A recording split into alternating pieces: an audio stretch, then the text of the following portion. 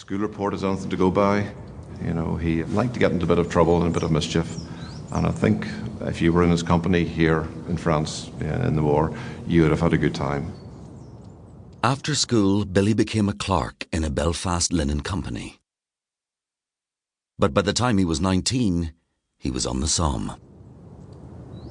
So just a young man here with all his mates. It was an adventure for them. And I think they all wanted to come out here before the war was over and they had to go back to their boring jobs in Belfast. Billy was part of the 36th Ulster Division. 16,000 men recruited mainly from the Ulster Volunteer Force. An amateur militia set up, as they saw it, to defend Protestant Ulster from the threat of Home Rule.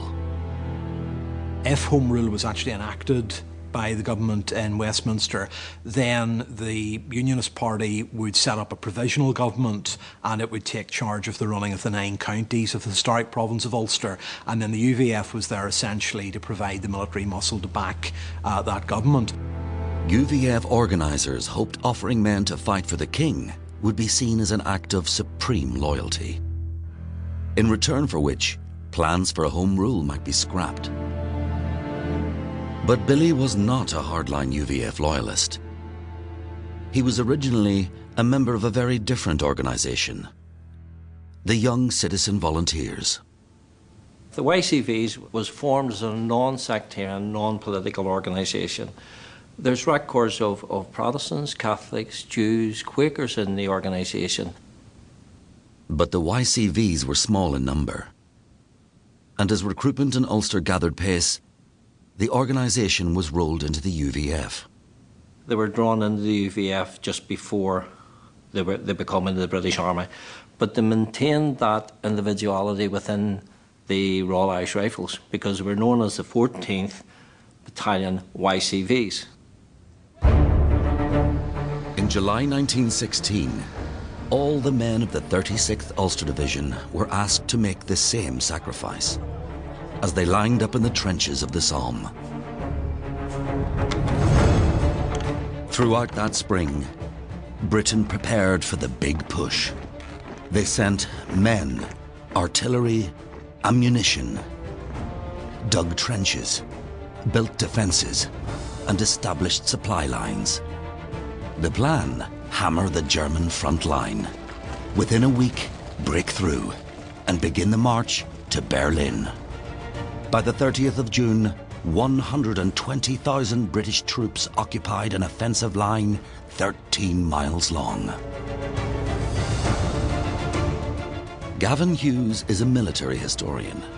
He's come to the Somme to piece together the actions of these 7 Victoria Cross winners. He's starting by pinpointing the Ulster Division in the final hours before the battle.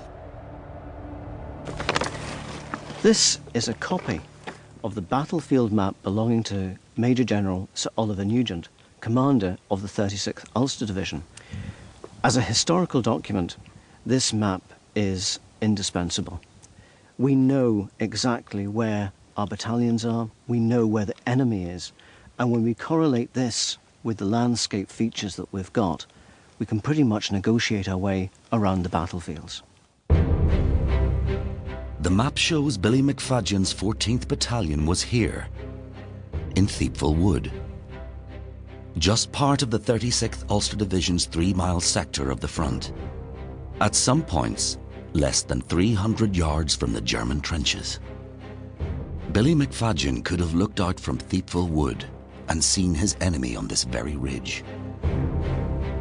He was trained as a bomber, and in the small hours of the 1st of July was preparing the vast supplies of hand grenades, when, before the battle even began, an act of extraordinary bravery won Billy a Victoria Cross.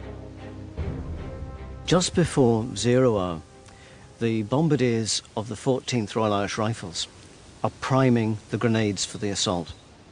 These trenches are crowded with advancing troops getting ready to make their assault on the Sherman lines over there.